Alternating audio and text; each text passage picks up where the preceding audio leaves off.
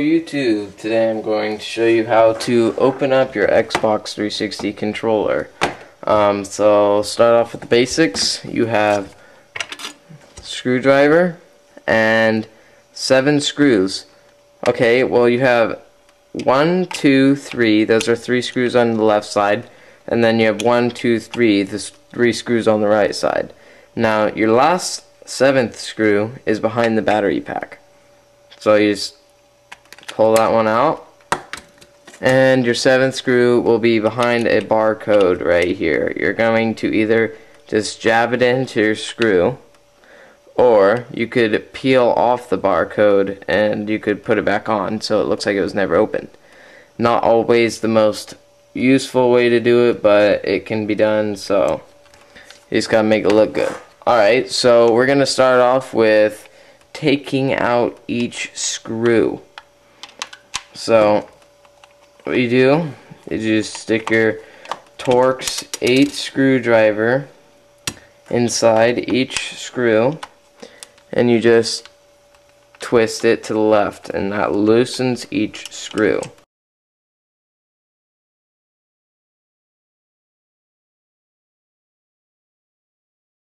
Okay, so now all 7 screws are out.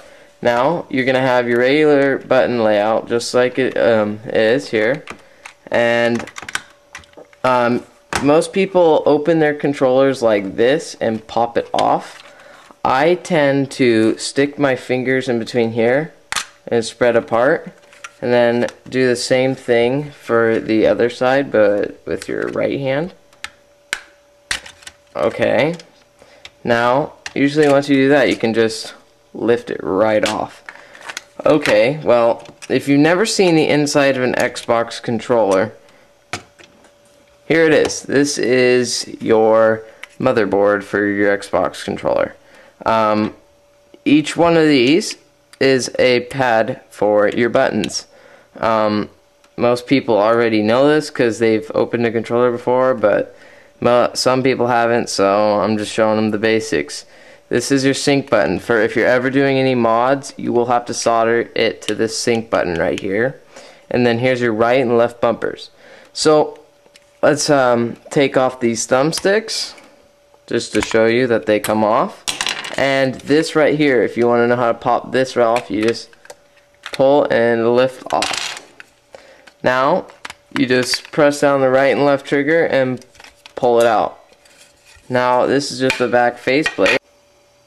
Sorry for that, guys, my camera happened to have turned off, but we'll go back to where we left off. So yeah, so we had taken off the thumbsticks, and this is your circuit board right here.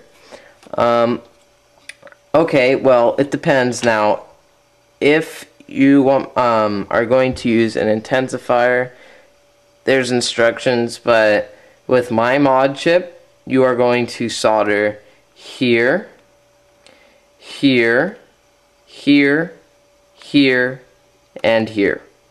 It'll be a total of about 7 wires. So I will be making a YouTube video on that 8 mode chip, and I will be soon to be ready to selling those out to my customers. Okay, so yeah, now let's get to the front faceplate. Now if you want to know how to take this thing apart, what you're gonna do is, here's your right and left bumper, you just pull it off. Bam. That was easy. Now you can take these apart. You can take your right and left bumpers off. I don't suggest it unless you're going to think about painting it, but look, as I just showed you, it just fell right off. So yeah, to put it back together, you just line it up on the bottom and push down, and it's all back to normal. Okay, so this is your button pads. Important that you do not lose these. You lose these and your controller is useless, because you won't be able to press your buttons. Alright, so now you can pull each of these buttons out. This is your center button, and with the new one it is chrome. And these are your AX or AXYB buttons, and this is your D-pad. To take off the D-pad, there will be a regular Phillips head screw down here, and then you'll have to clamp it off.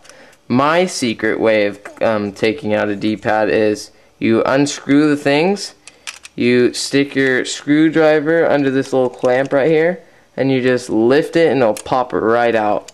It's just an easier way. I've never done the clamps. I can't get them undone, so I do my way, and it's reusable still, so it's not like you're breaking the seals. So, okay, now we've taken the controller apart. Now we can start to put it back together. So what you're going to do is, of course, put your buttons back where they need to be. So center button, which I'm going to put back to the center spot, and put your little pad right back where it was. And then what you're going to do is you're going to take your circuit board and you are going to pull down your right and left trigger and slide it under that, and then push these little springs down here. You're going to push those in, push them up, and they'll slide right in. Okay, so now you're going to want to put this on. I like to stick my rumble packs away, and then I just stick it right on, and I will clamp it on like so. Now you take your right and left thumbstick. It doesn't matter which one each one goes to, as long as it gets a spot. Hang on, there we go. Sorry, I had it turned the wrong way. Okay, so now what you're gonna do is you have your faceplate together, and you've got your back part together. Now what you do is you just will push this like so, and you stick the rumble pack here and here, and then you just push it in, and the hardest part is to get it in. Usually what the problem is you gotta make sure these are sticking through, and then you just squeeze and all back together. I'd quickly press each button to make sure it's not stiff, and once you know it's not stiff, you can start to screw your screws back in. Alright, so this is Custom House My Controller, Lazy signing out. Thank you.